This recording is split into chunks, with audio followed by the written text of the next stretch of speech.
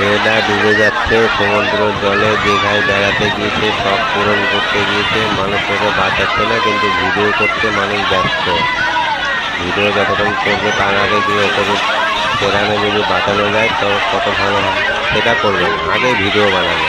মানুষের জান চলে যাচ্ছে, আগে ভিডিওটা বড়, মানুষের জান বড় না।